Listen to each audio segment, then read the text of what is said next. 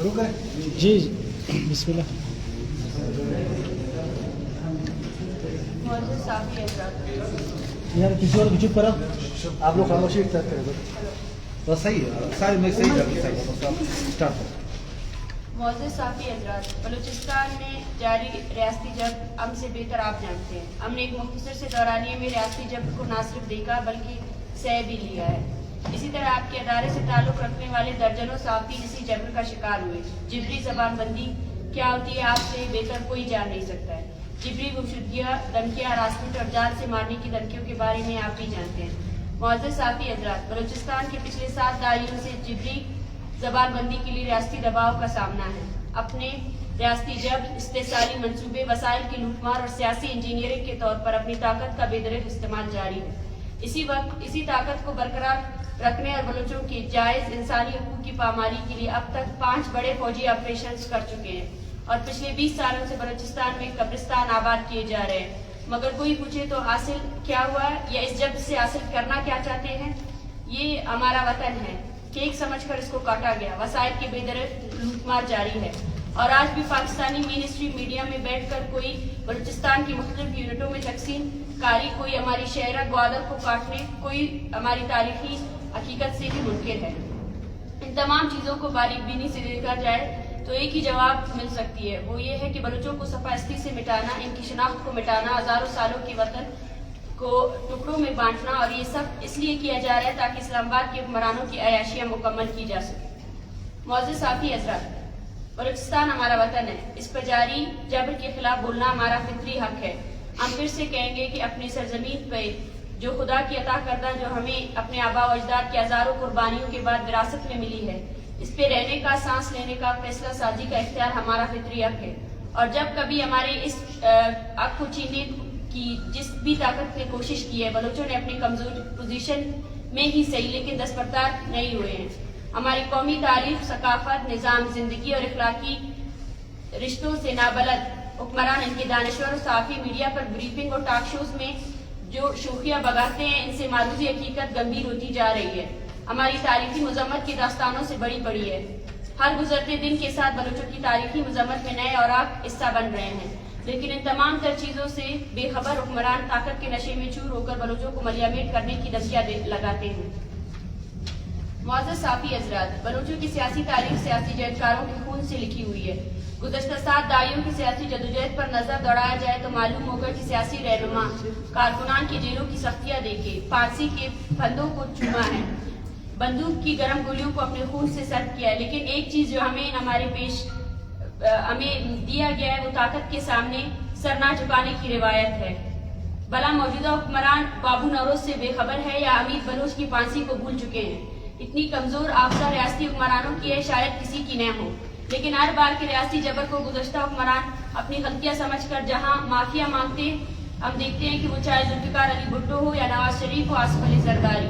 مگر چونکہ ان کے اپنے آپ سے کمزور ہے، شاید انہیں لگتا ہے کہ بلوچوں کی اجتماعی یادداشتوں بھی ان کی طرح ہے.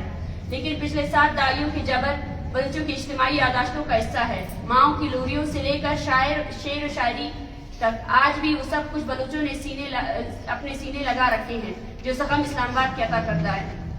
معزز صافی حضرات، ہمارے ساتھیوں کو سیاسی جدوجہد سے دستبردار کرنے کے لیے ریاست مختلف حربے آزما رہی ہے، جس میں جبری گمشدگیوں سے لے کر دھمکی آمیز فون کال تک، تاکہ بلوچستان میں جاری جبر کے خلاف بلوچ یکجہتی کے غیر متزلزل جدوجہد کو کچلا جا سکے. بہت سارے واقعات جو میڈیا پہ کبھی نہیں لائے گئے ہیں، کیونکہ ہم سمجھتے ہیں کہ بلوچوں کی اجتماعی تکلیف ہماری زندگیوں سے زیادہ اہمیت رکھتے ہیں، تبھی اپنے اوپر ہونے والے ریاستی دباؤ کو ہم کبھی میڈیا پہ نہیں لاتے ہیں. لیکن آج یہ ضرورت شدت سے محسوس کی جا رہی ہے کہ بلوچ یکجہتی کمیٹی اور اس کے رہنما و کارکنان کے خلاف ہونے والے ریاستی سازشوں اور جبر سے پردہ چاٹ کیا جائے.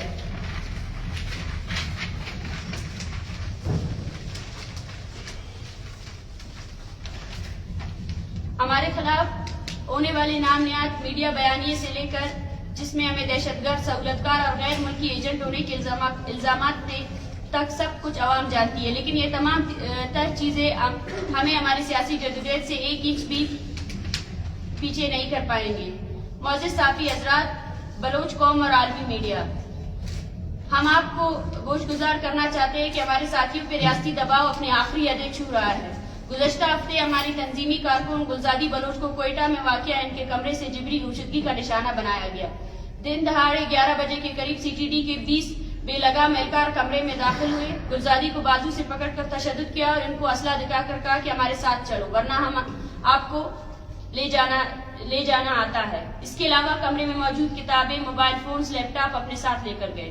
گلزادی بلوچ کو زور زبردستی اپنے ساتھ سی ٹی ڈی کے کیمپ لے کر گئے. وہاں ان کی شدید ذہنی اذیت کا نشانہ بنایا گیا. انہیں بلوچ یکجہتی کمیٹی سے دستبردار ہونے، لاپتہ افراد کے حوالے سے جاری جدوجہد سے الگ ہونے اور خاموشی اختیار کرنے کی دھمکیاں دی گئی اور ایسا نہ کرنے کی صورت میں جان سے مارنے کی دھمکیاں دی گئی. تم سب ایک گولی کے مار ہو کر کہہ کر ان سمیت ان کے ساتھی جہدکاروں کو واضح طور پر دھمکایا گیا. سی ٹی ڈی ان کو واضح دھمکی دی کہ ہم آپ کے خاندان کے تمام افراد کو جانتے ہیں، ہم آپ کے بھائی کو بھی جانتے ہیں، اور اشاروں میں ان کو دھمکی دی کہ اگر آپ انسانی حقوق کی جیل سے دستبردار نہیں ہوئے تو ان کو نقصان بھی پہنچایا جائے گا. خدشہ ہے کہ ریاست اور اس کے خفیہ ادارے ان تمام تر دھمکیوں کو عملی جامہ پہنا کر بلوچ سیاسی جہدکاروں کے خلاف اپنی جبر کا آغاز کریں گے. جس طرح ہم سے پہلے بلوچوں کی ایک پوری نسل کو جبری گمشدگی کا نشانہ بنایا گیا ہے، مسخ کر کے ان کی لاشیں پھینکی گئیں، وطن بدر ہونے پر مجبور کیا گیا یا پھر ہمیشہ کے لیے خاموش کیا گیا، اجتماعی انتقام کا نشانہ بنایا گیا. گلزادی بلوچ کو کئی گھنٹے جس بیجا قید میں رکھنے کے بعد انہیں یہ کہہ کر دھمکایا گیا کہ ہماری نظریں آپ پر ہیں اور ہم جب چاہیں آپ کو جبری طور پر اپنے آفس لا سکتے ہیں. بہتر یہی ہے کہ جب کبھی ہماری طرف سے آپ کو بلاوا آئے تو آپ سے خود سی ٹی ڈی آفس حاضری دے. ایسا نہ کرنے کی صورت میں واپس آپ کو اٹھایا جائے گا.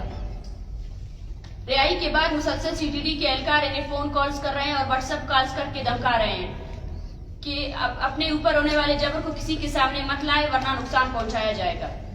معزز صافی حضرات، بلوچستان میں عوامی حقوق کی بات کرنا یا پھر ریاستی جبر کے خلاف بولنا جان جوگوں میں ڈالنے کی مترادف ہے. ہم اس کو بخوبی جانتے ہیں، لیکن اس کے باوجود ہم سمجھتے ہیں کہ اس نازک موڑ پہ جہاں ہماری بقا خطرے میں ہے وہاں انفرادی تحفظ معنی نہیں رکھتا.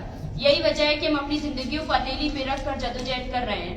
ہم جانتے ہیں کہ ریاست ہمیں مار سکتی ہے، جبری گمشدگی کا شکار بنا سکتی ہے، ہمارے خاندانوں کو انتقامی کارروائیوں کا نشانہ بنا سکتی ہے، لیکن اس کے باوجود ہم یہ طے کر چکے ہیں کہ اپنے ہم وطنوں پر ہونے والے جبر کے خلاف کسی صورت خاموش نہیں ہوں گے، نہ ہی اپنے سیاسی جدوجہد سے دستبردار ہوں گے.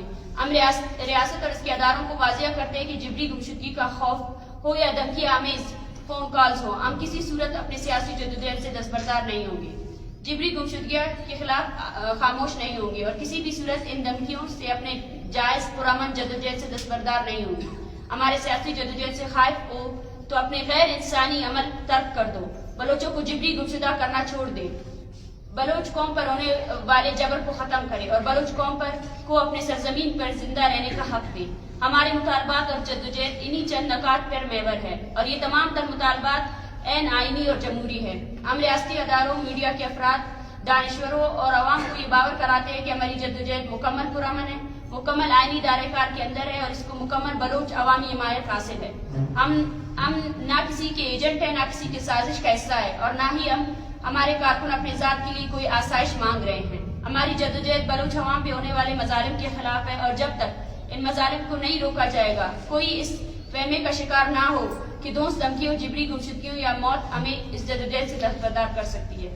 اور اس کے ساتھ ساتھ ہم یہ بھی بتاتے چلے کہ جس طرح بلوچستان میں ٹارگٹ کلنگ کے واقعات عروج پر ہے، اس طرح ہمارے کچھ ساتھیوں کو اٹیمپٹڈ ٹارگٹ کلنگ کے واقعات بھی ہوئے ہیں، جس میں جالوان کی ریجن نال میں ہمارے ساتھی پر 2 مرتبہ اٹیمپٹ کیا گیا ہے کہ ان کو جان سے مارنے کا اٹیمپٹ کیا گیا ہے. اسی طرح 4تھ شیڈول ایک جو غیر قانونی عمل ہے اس کو بھی بلوچستان میں تقریباً 300 سے زائد افراد کو ڈالا گیا، اس کو بھی ہم قانونی طور پر فائٹ کر رہے ہیں، لیکن ہائی کورٹ کی طرف سے اب تک ہمیں کوئی ریلیف نہیں دیا گیا. اور ہمارے ساتھ موجود ہمارے ساتھی مقصود بلوچ ہے، ان کو بھی جان سے لینے کی دھمکیاں دی گئی ہے. اس وجہ سے ان کے بھائی کو بھی جبری گمشدگی کا نشانہ بنایا گیا جو اب بھی پابند سلاسل ہے. تو ان تمام غیر قانونی عمل کے خلاف بھی ہمارے ساتھی اب بھی جدوجہد کر رہے ہیں اور اسی طرح کھڑے رہیں گے. آج کی پریس کانفرنس کا مقصد ہی یہی تھا کہ ہم آپ سب کو بلوچ یکجہتی کمیٹی کے جو کارکنان ہیں ان کے خلاف جو جس طرح کی ریاست ہراسگی کر رہی ہے اس سے آگاہ کر سکیں. Thank you. اچھا میڈم، سول اسپتال میں کئی لاشیں لائی گئی ہے اور ایک ویڈیو بھی وائرل ہو گئی ہے کاسی قبرستان کے جو مختلف لاشیں وہاں پہ دفنائی گئی، اس حوالے سے آپ کا کیا موقف ہے؟ دیکھیے یہ ایک غیر قانونی غیر آئینی عمل ہے. کل سے لاپتہ افراد کے لواحقین سول اسپتال میں بیٹھے ہوئے ہیں، وہاں پہ باقاعدہ دھرنا دے رہے ہیں. ان کو یہ حق اور اختیار حاصل ہے کہ جو لاشیں وہاں لائی گئی ہے انہیں دکھایا جائے کہ ان میں سے وہ کون سی لاشیں کون لے کر آیا ہے. کیونکہ اس طرح کے واقعات پہلے بھی بہت سے ہوئے ہیں کہ ریاست نے باقاعدہ طور پر یہی دعویٰ کیا ہے کہ ہم نے مسلح افراد کو مارا ہے، لیکن جو لاشیں وہاں سے برآمد ہوئی ہیں وہ لاپتہ افراد کی نکلی ہیں. اور کاسی قبرستان میں جو لاشیں دفنائی گئی ہیں اس پر ہماری تنظیم لاپتہ افراد کے ساتھ ہے، اور لاپتہ افراد کے لواحقین نے یہ فیصلہ کیا ہے کہ وہ ان لاشوں کو پھر سے نکالیں گے. اور باقاعدہ طور پر کیونکہ یہ ایک تکلیف ہے، اس تکلیف کو تو آپ سوچیں کہ وہ 13 لاشیں آپ نے بغیر کسی نوٹیفیکیشن کے وہاں دفنا دی. آپ کے پاس اسپتال ہے، آپ کے پاس ترتیب ہے، اور آپ کو پتا ہے کہ بلوچستان میں جبری گمشدگی کا ایک دیرینہ غیر انسانی عمل ہے جو شدت اختیار کر چکا ہے. تو یہ لواحقین تو اس صدمے میں ہے کہ وہ لاشیں جو وہاں پہ آپ نے بغیر کسی نوٹیفیکیشن کی دفنائی ہیں وہ کس کی لاشیں ہو سکتی ہیں.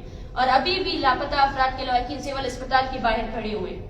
تو اگر آپ نے کسی مسلح افراد کو مارا ہے، جس کو بھی مارا ہے، تو دنیا میں قانون ہے. دنیا میں آپ دیکھیں، چاہے آپ کوئی بھی کلیم کرے کہ آپ نے دہشت گرد مارے ہیں یا مسلح افراد کو مارا ہے، لاشوں کو تو فیملی کے پاس دینا چاہیے. لاشوں سے تو آپ کا کوئی انتقام نہیں ہے. لیکن یہ ایک ایسی غیر فطری اور بد تہذیب ریاست ہے کہ اس کے پاس جو ہے نا جو انتقام ہے وہ لاش تک بھی چلتی رہتی ہے، اور لاشوں کے ساتھ بھی انتقام کا عمل جو ہے وہ جاری ہے. تو ہم اس لمحے میں ہم لاپتہ افراد کے لواحقین کے ساتھ ہیں. ہمارے ساتھی اب بھی سول ہاسپٹل میں موجود ہے، اور ہم یہی مطالبہ کر رہے ہیں کہ جو لاشیں وہاں لائی گئی ہیں سب سے پہلے تو ان کا ڈی این اے ہونا چاہیے. یہ لواحقین کا کام ہے ہی نہیں.